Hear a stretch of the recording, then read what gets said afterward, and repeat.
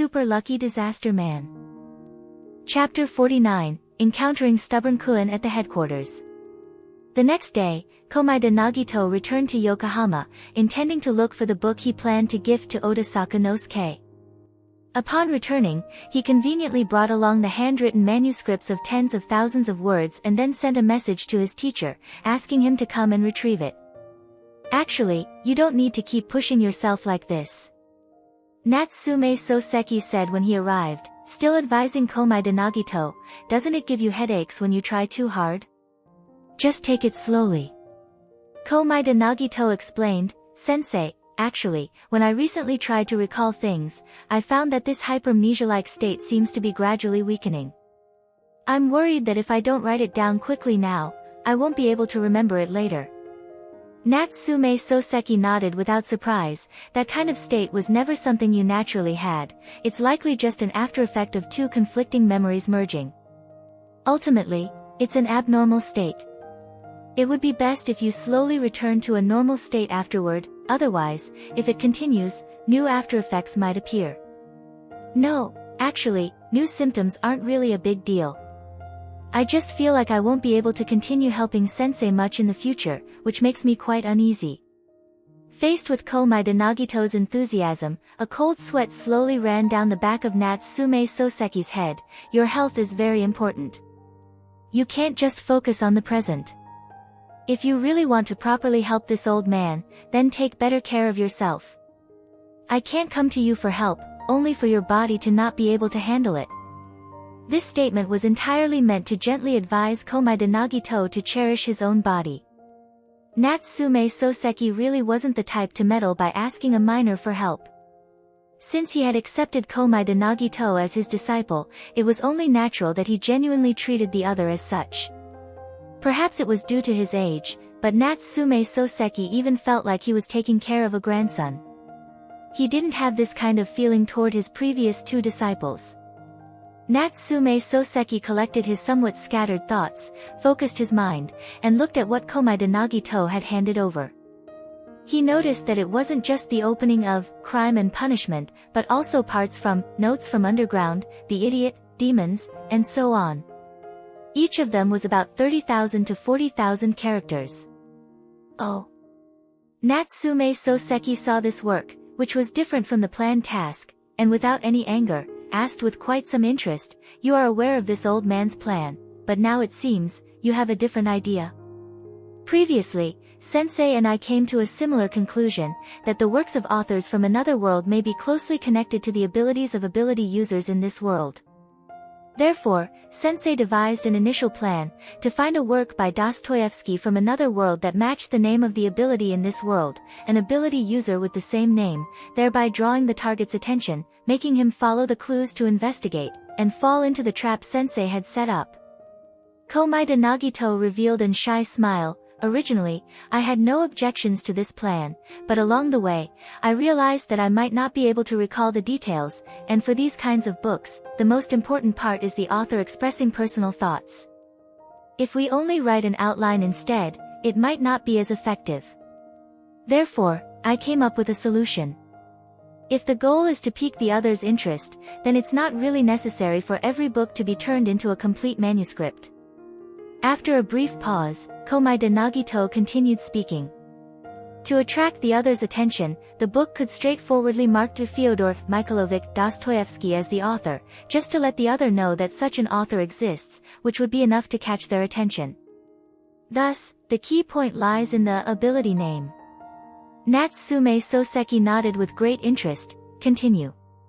Actually, it would be completely possible to cram many famous works into the same volume, reducing the word count required for each story. As for why none of them are finished, maybe the editor's note at the end could say it's compiled from drafts left unfinished by the author. Anyway, the target knows that this is a trap. If they take the bait, they'll continue investigating, so it's fine. Komaeda Nagito spoke while taking pen and paper from the desk, jotting down a list of items, and then held it up for Natsume Soseki to see. So, even if Sensei's target was only interested because of the author's name, as soon as he turns to the table of contents, he can immediately see the titles of these books. He wrote on the paper, carefully listing Dostoevsky's works in an orderly manner, just like a table of contents. If I write down all of these, and none of them match his ability's name, then it's probably among the other books. Komaeda Nagito casually picked up a classic from the bookshelf and showed the cover to Natsume Soseki. We can imitate this type of style, list the author's other works on the opposite side, and in doing so, by publishing just one book, we can display all the works of another world's Dostoevsky-san. If, even with this, we still cannot guess the name of the ability shared between the two worlds, then there's no point in me writing all the books, it would be useless. Therefore, I think the initial plan was too complex and dragged out unnecessarily. Simplifying it like this should be enough. Natsume Soseki leisurely nodded, your thinking is not wrong. Without expecting it, one day, his plan was restricted by his own author's nature. When mentioning the initial publication plan, his first reaction was to divide it into several volumes. Then, he thought there was no need for that, so he intended to just release the first volume. Even so, it was still limited to regular publishing. Meanwhile, his youngest disciple's thinking was relatively unconventional. He didn't consider readers' sentiments, sales, or reputation, instead fully acting on his own plan. He boldly compressed what was originally a plan for over a dozen publications into a single volume. Natsume Soseki was never one to require his disciples to obediently listen to his every words, so seeing Komaeda Nagito acting on his own accord, he wasn't angry at all, and even found it somewhat surprising. Previously, he saw Komaeda Nagito's kind of fervent admiration, and whatever he said, Komaeda Nagito would agree to without hesitation, not even considering his own stance. He had actually been worried that Komaeda Nagito would lose his sense of self, but now that he saw this, it was all just overthinking on his part.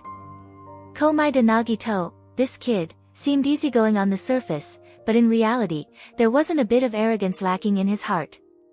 He thought Natsume's plan was insufficiently thorough, didn't even bother to inform him before quietly making changes, no hesitation whatsoever. On one hand, he was saying how worried he was about not being able to continue helping him in the future. On the other hand, he spoke endlessly about which parts of Natsume Soseki's plan were unnecessary. In that moment, Natsume Soseki even doubted whether Komaeda Nagito had significant opinions about his plan. However, at present, it seemed that the general direction was still following his plan, so it must have been just an illusion. This child was so obedient. Unknowingly putting on his reading glasses, Natsume Soseki acknowledged Komaeda Nagito's corrections to the plan. Very well, let's use your version of the plan. Komaeda Nagito smiled and said, it's truly wonderful that my initiative has been approved by Sensei. I am extremely grateful for your tolerance, Sensei. Natsume Soseki quietly observed Komaeda Nagito, and after discovering that he was approved by him, Komaeda Nagito did not display excessive excitement, as if knowing that his plan was indeed superior to the original and would not be rejected. This young disciple of his truly is not one to be underestimated.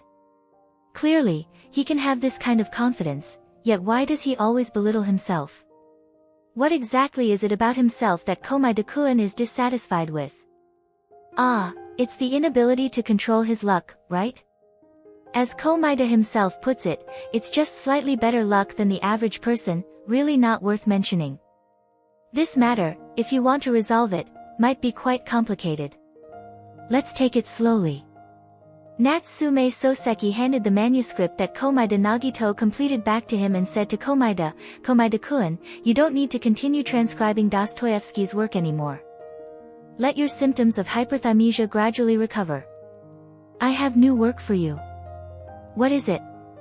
Komaeda Nagito looked at Natsume Soseki with anticipation. Komaeda-kun, you are 15 years old already. Do you have someone you like? Komaeda Nagito's smile froze for a moment, as if he thought he heard something wrong. Huh? Sensei, what strange thing are you talking about? No, I don't think there's any rush for this.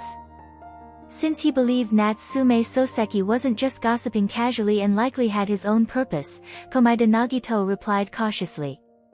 Then has any cute girl confessed to you, Komaeda-kun? Natsume Soseki added, "A boy is fine too."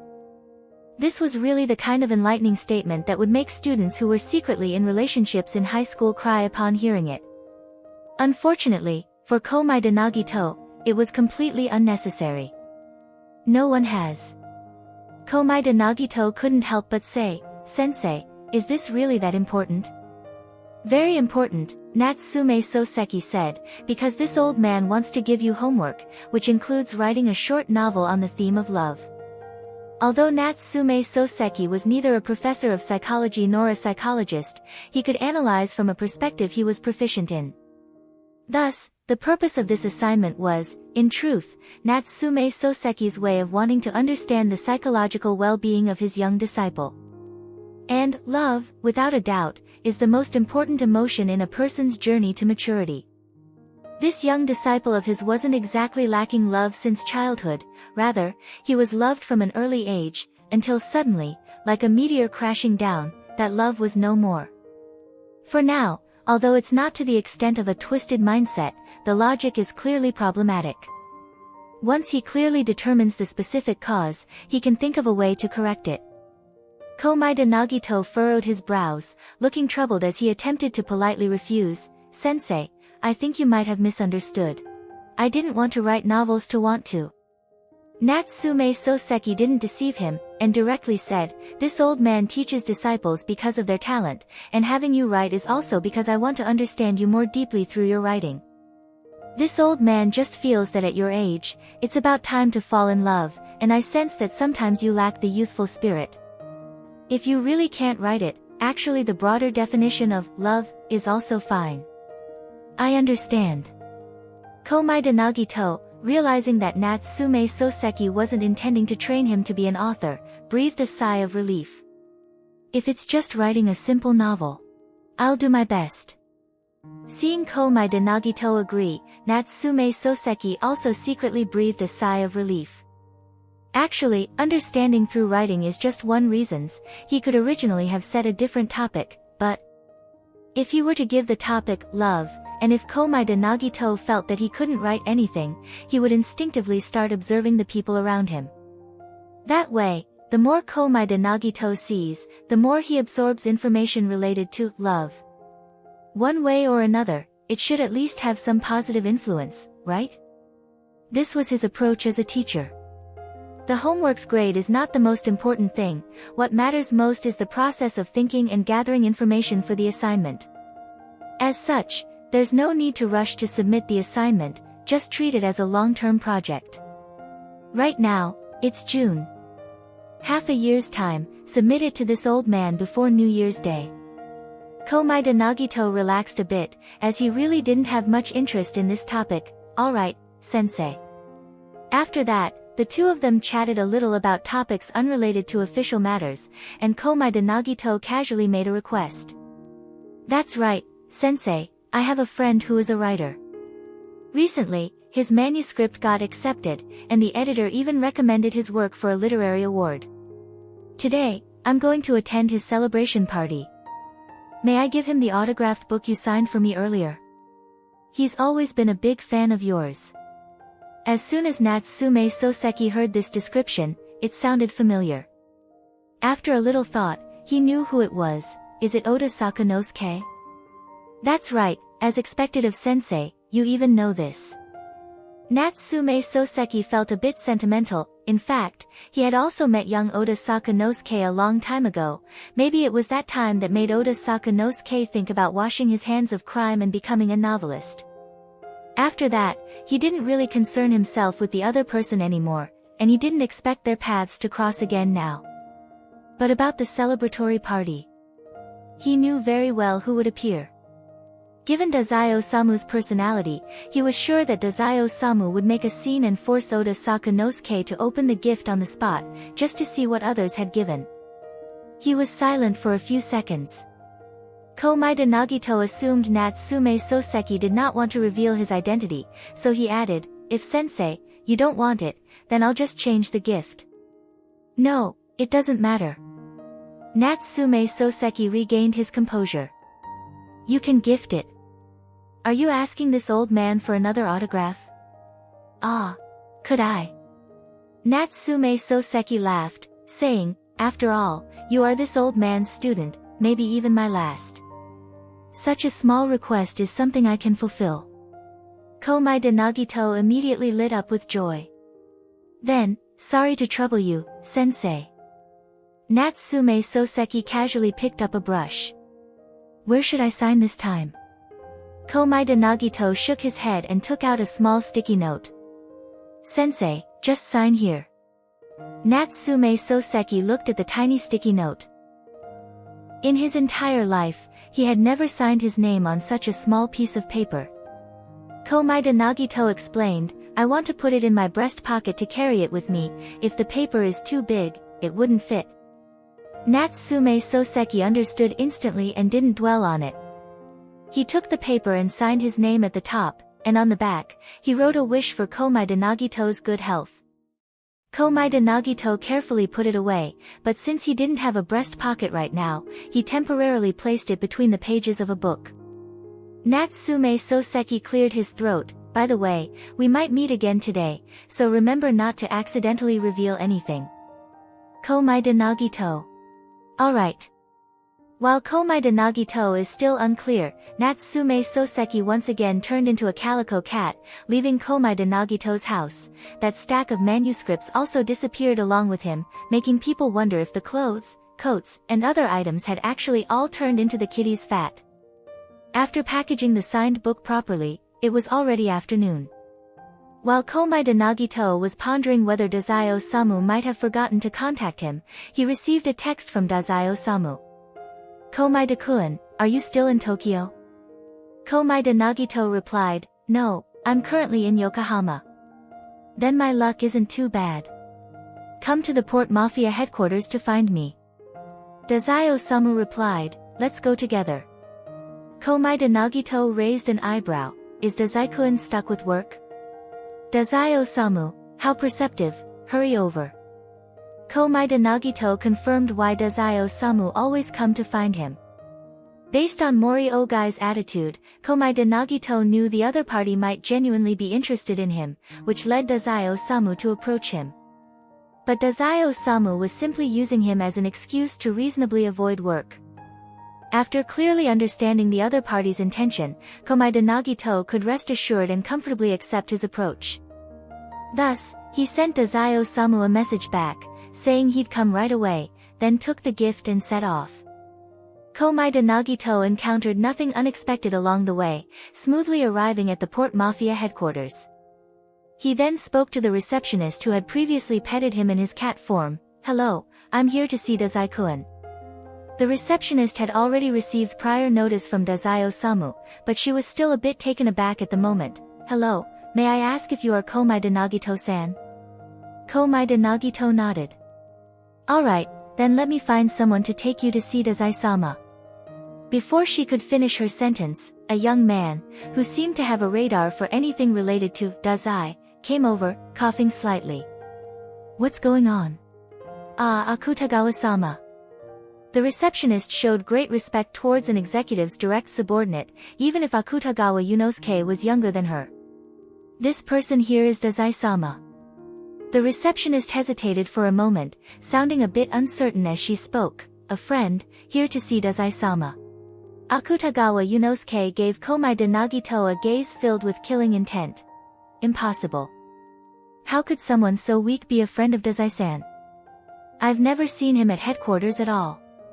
Could it be that he couldn't even enter the lower ranks of the organization? Is he some kind of con artist? The receptionist awkwardly explained, Komai-de-san is not one of us, he's just a regular citizen. Heavens, if Dazai-sama's friend and Dazai-sama's subordinate start fighting. Even though the bad luck are the normal cannon fodders, there's no doubt that the one who ends up most severely injured will definitely be Akutagawa-sama. Akutagawa-sama, please calm down a bit, I can already feel phantom pains just from thinking about Dazai-sama lecturing his subordinates. Ha ha ha, I also feel that I'm invaluable, I'm not really a friend of Dazai-kun. Komai de Nagito wasn't angry at all, even agreeing with Akutagawa Yunosuke. The receptionist became anxious. Komai-de-san, please stop adding fuel to the fire. Like what the receptionist thought, Akutagawa Yunosuke's hostility immediately deepened. If you really have such self-awareness, then you shouldn't appear here. How could Dazai-san have a friend like this? It's practically dragging him down. There's no way the brilliant Dazai-san would have such a weakness. The next second, Akutagawa Yunosuke's thoughts were interrupted by Komaeda Nagito. So, you're Akutagawa Yunosuke, Dazai-kun's newly recruited subordinate? As expected of Dazai-kun, he has an excellent eye. Komaeda Nagito looked at Akutagawa Yunosuke in amazement, especially when he thought of how, in another world, Dazai-osamu admired Akutagawa so much. But in this world, it was the opposite, which made him feel even more intrigued. Akutagawa Yunosuke's emotions suddenly disconnected, hope outweighing hostility. Did Dazai-san mention me to you? He mentioned you. Komaeda Nagito said, I thought he just had overly high standards, which is why his evaluations of you were rather mediocre, but after meeting you, I realized that you truly cannot meet his expectations. Although Komaeda Nagito had always held a high level of favor towards talented individuals, his attitude towards those he deemed unworthy of that status was also quite indifferent. Recalling his 2 encounters with Akutagawa Yunosuke, the name had raised his expectations, but at this moment, he was even more disappointed. At first glance, this Akutagawa doesn't seem very sharp, huh? The clever Dazai-kun probably wouldn't be too satisfied with him. But having this name means he has potential, right? Maybe he'll improve a bit when he grows up. Dazai-kun mentioned that he picked him up from a poor neighborhood, without any foundation or resources, so it's not fair to expect too much. Right now, this hope is still a bit immature, but if Dazai-kun sees value in someone, there's definitely going to be a transformation sooner or later. Perhaps the other party doesn't even focus on intelligence skills. So Komaeda Nagito sincerely asked, may I ask, what exactly did Dazai-kun see in you back then? Although Komaeda Nagito was speaking the truth and sincerely asking the question, he still managed to anger Akutagawa Yunosuke. Dazai-san saying such things would be one thing, but who do you think you are? A lowly commoner dares to look down on him with such an attitude? Akutagawa Yunosuke sharply sensed Komaeda Nagito's subtle demeanor, and the killing intent that had originally subsided flared up again. If you're that curious, then go ahead and experience it yourself.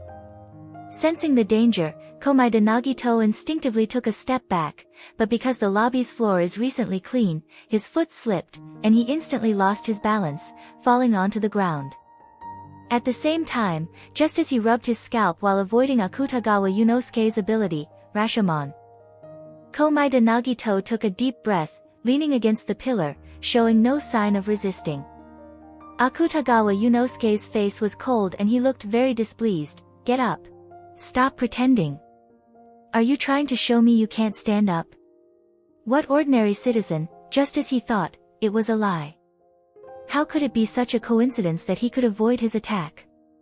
Besides, there's no way Dazai-san would really associate with someone so ordinary. I'm not pretending. Komaeda Nagito broke into a cold sweat, feels like a bone is broken. He just fell and used his left hand to brace himself, and the result was a cracking sound, followed by a continuous throbbing pain. Ah, truly unfortunate, but at least his right hand managed to protect the package gift. Akutagawa Yunosuke. That cold sweat on his forehead didn't look fake. Could it be that he really broke a bone from the fall? Honestly. Although last time we met, I already felt like you weren't very good at listening to others, I didn't expect you'd act without a word. Komaeda Nagito used his shoulder and head to lean against the pillar to struggle to stand up. Akutagawa Yunosuke frowned. I do not recall meeting you before. Komaeda Nagito smiled wryly. Ha ha ha, after all, someone as insignificant as me wouldn't leave much of an impression. Moreover, I was rushing to class at that time, didn't even realize it was you, and didn't greet you at all. If I knew you were waiting for Dazai-kun, I would have gone up and helped wake him up. Akutagawa Yunosuke wasn't truly clueless. Suddenly, he understood where Komaeda Nagito had seen him, and blurted out. You're the one who get a room together with Dazai-san. Chapter 49 End.